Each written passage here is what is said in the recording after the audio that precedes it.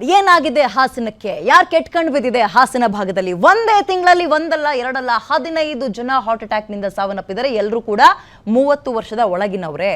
ಏನಾಗಿದೆ ಹಾಸನದಲ್ಲಿ ಹಾಗಾದ್ರೆ? ಊಟ ಮಾಡ್ತಾ ಇದ್ದವನು ಮೇಲೆ ಏಳಿಲ್ಲ, ಹಾರ್ಟ್ ಅಟ್ಯಾಕ್ ನಿಂದ ಸಾವನ್ನಪ್ಪ. ನೀರು ಕುಡಿತಾ ಇದ್ದವನು ಹಾರ್ಟ್ ಅಟ್ಯಾಕ್ ನಿಂದ ಬಿದ್ದು ಸಾವನ್ನಪ್ಪ. ತೋಟಕ್ಕೆ ಹೋದವನು ಮನೆಗೆ ಬರಲಿಲ್ಲ, ಡ್ರೈವಿಂಗ್ ಮಾಡ್ತಾ ಇರುವಾಗಾದ್ರೆ ಹಾರ್ಟ್ ಅಟ್ಯಾಕ್. ಹೆಣ್ಮಕ್ಳಿಗೆ ಹಾರ್ಟ್ ಅಟ್ಯಾಕ್ ತೀರಾ ಕಡಿಮೆ ಅಂತ ಕೇಳ್ತಾ ಇದ್ವಿ, ಬಟ್ ಇಲ್ಲ, ಹಾಸನದಲ್ಲಿ ಎಲ್ಲವೂ ಕೂಡ ಸುಳ್ಳಾಗ್ತಾ ಇದೆ. ಏನಾಗಿದೆ ಹಾಗಾದ್ರೆ ಹಾಸನದ ಭಾಗದಲ್ಲಿ? ಡಾಕ್ಟರ್ ವಲಯಕ್ಕೆ ಇದೊಂದು ರೀತಿ ಚಾಲೆಂಜ್ ಆಗ್ತಾ ಇದೆ. ಒಂದೇ ತಿಂಗಳಲ್ಲಿ 15 ಹಾರ್ಟ್ ಅಟ್ಯಾಕ್, ಅದು ಕೂಡ ಯುವಕರಿಗೆ. ಅಂದ್ರೆ ಏನು ಹುಡುಗಾಟದ ಮಾತಾ? ಜಿಲ್ಲಾಡಳಿತ ಏನು ಹೇಳ್ತಾ ಇದೆ? ಆಮೇಲೆ ಇನ್ನೊಂದು ಪ್ರಶ್ನೆ, ಸಾಮಾನ್ಯವಾಗಿ ಡಾಕ್ಟರ್ಗಳನ್ನ ಕೇಳಿದ್ರೆ ಲೈಫ್ ಸ್ಟೈಲ್ ಬದಲಾಗಿದೆ ಅಂತಾರೆ. ಯಾವ ರೀತಿ ಬದಲಾಯಿಸ್ಕೊಂಡಿದ್ದೀವಿ ನಾವು ಹಾಗಾದ್ರೆ? ಮತ್ತೊಂದು ಕಾರಣ ಒಬೆಸಿಟಿ ಅಂತಾರೆ, ತೂಕ ಜಾಸ್ತಿ, ಕೊಬ್ಬು ಜಾಸ್ತಿ ಆದರೆ ಹಾರ್ಟ್ ಅಟ್ಯಾಕ್ ಆಗುತ್ತೆ ಅಂತಾರೆ. ಇಲ್ಲ, ಈಗ ಸಾವನ್ನಪ್ಪಿರೋರೆಲ್ಲರೂ ಸಣ್ಣಗೆ ತೆಳ್ಳಗೆ ಇದ್ದಾರೆ, ಜೆನೆಟಿಕ್ಸ್ ಅಂತಾರೆ. ಹೌದಾ? ನಿಖರವಾದ ಕಾರಣ ಏನು? ಮತ್ತು ಹಾಸನ ಭಾಗದಲ್ಲೇ ಈ ಹಾರ್ಟ್ ಅಟ್ಯಾಕ್ಗಳು ಜಾಸ್ತಿ ಆಗ್ತಾ ಇರೋದು ಯಾಕೆ? ಇದ್ರ ಬಗ್ಗೆ ಚರ್ಚೆಯನ್ನ ಮಾಡ್ತಾ ಹೋಗೋಣ. ಇದೇ ಹೊತ್ತಿನ ವಿಶೇಷ ಹಾಸನ ಹಾರ್ಟ್ ಬೀಟ್. ಲಬ್ ಡಬ್. ನಾನು ವಿದ್ಯಾ ಮಲ್ನಾಡ್.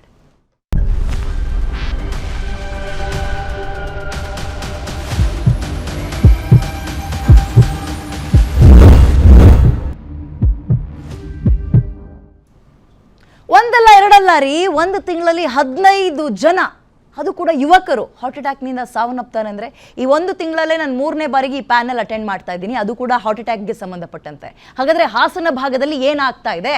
ಯಾಕಿಷ್ಟು ಹಾರ್ಟ್ ಅಟ್ಯಾಕ್ ಕೇಸ್ಗಳು ಜಾಸ್ತಿ ಆಗ್ತಾ ಇದೆ? ಯುವಕರಲ್ಲೇ ಜಾಸ್ತಿ ಯಾಕೆ? ಇದ್ರ ಬಗ್ಗೆ ಒಂದು ಡೀಟೇಲ್ಡ್ ಆಗಿ ರಿಪೋರ್ಟ್ ಇದೆ, ನೋಡ್ತಾ ಹೋಗೋಣ.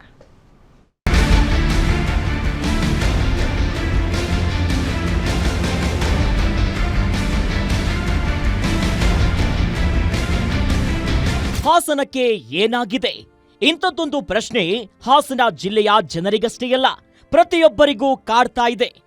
ಚಿಕ್ಕವರಿಂದ ಹಿಡಿದು ವಯಸ್ಕರು ದಿಢೀರ್ ಸಾವನ್ನಪ್ಪುತ್ತಿದ್ದಾರೆ.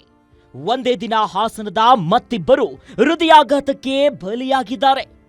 ಜೂನ್ 25ರ ಸಂಜೆಯಷ್ಟೇ ಹಾಸನ ಮೂಲದ ಯುವಕ ಬೆಂಗಳೂರಿನಲ್ಲಿ ಹೃದಯಾಘಾತದಿಂದ ಸಾವನ್ನಪ್ಪಿದ್ರೆ, ಮತ್ತೋರ್ವ ಹಾಸನ ಮೂಲದ ಯುವತಿ ಬೆಂಗಳೂರಿನಲ್ಲಿ ಹೃದಯಾಘಾತಕ್ಕೆ ಬಲಿಯಾಗಿದ್ದಾರೆ.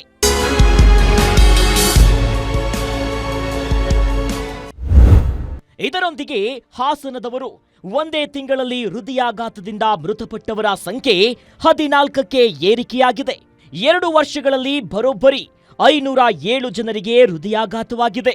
20ರಿಂದ 30 ವಯಸ್ಸಿನ 14 ಜನರು, 30ರಿಂದ 40 ವಯಸ್ಸಿನ 40 ಜನ ಹಾಗೂ 40 ವರ್ಷ ಮೇಲ್ಪಟ್ಟ 136 ಜನರಿಗೆ ಹೃದಯಾಘಾತವಾಗಿದೆ.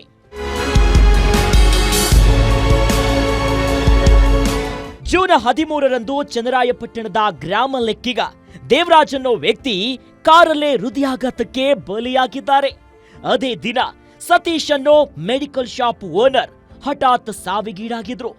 ಜೂನ್ 14ನೇ ತಾರೀಕು ಕಾಂತರಾಜು ಮೃತಪಟ್ಟಿದ್ರೆ, ಜೂನ್ 18ರಂದು ಅರಸೀಕೆರೆಯ ನವೀನ್ ಅನ್ನೋರು ಮೃತಪಟ್ಟಿದ್ದಾರೆ.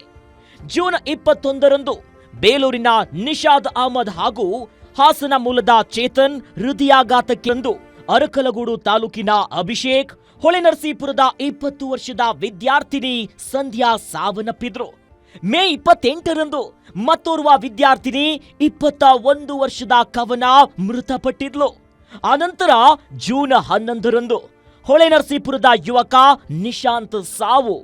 ಜೂನ್ 12ರಂದು ಕೆಎಸ್ಆರ್ಟಿಸಿ ಬಸ್ನಲ್ಲಿ ಸಾರಿಗೆ ಸಿಬ್ಬಂದಿ ನಾಗಪ್ಪ ಸಾವಿಗೀಡಾಗಿದ್ರೆ, ಅದೇ ದಿನ ಹಾಸನ ನಗರಸಭೆಯ ಮಾಜಿ ಸದಸ್ಯ ನೀಲಕಂಠಪ್ಪ ಮೃತಪಟ್ಟಿದ್ರು.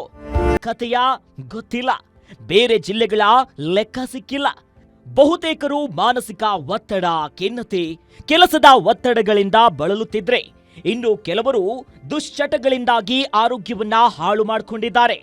ಇಷ್ಟಕ್ಕೂ ಹಾಸನಕ್ಕೆ ಹೃದಯಾಘಾತ ಕಾಡುತ್ತಿದೆಯಾ ಅಥವಾ ಯುವಕರಿಗೆ ಹಾರ್ಟ್ ಪ್ರಾಬ್ಲಮ್ ಇದೆಯಾ? ವೈದ್ಯ ಲೋಕವೇ ಉತ್ತರ ಕೊಡಬೇಕಾಗಿದೆ. Bureau report, guarantee news.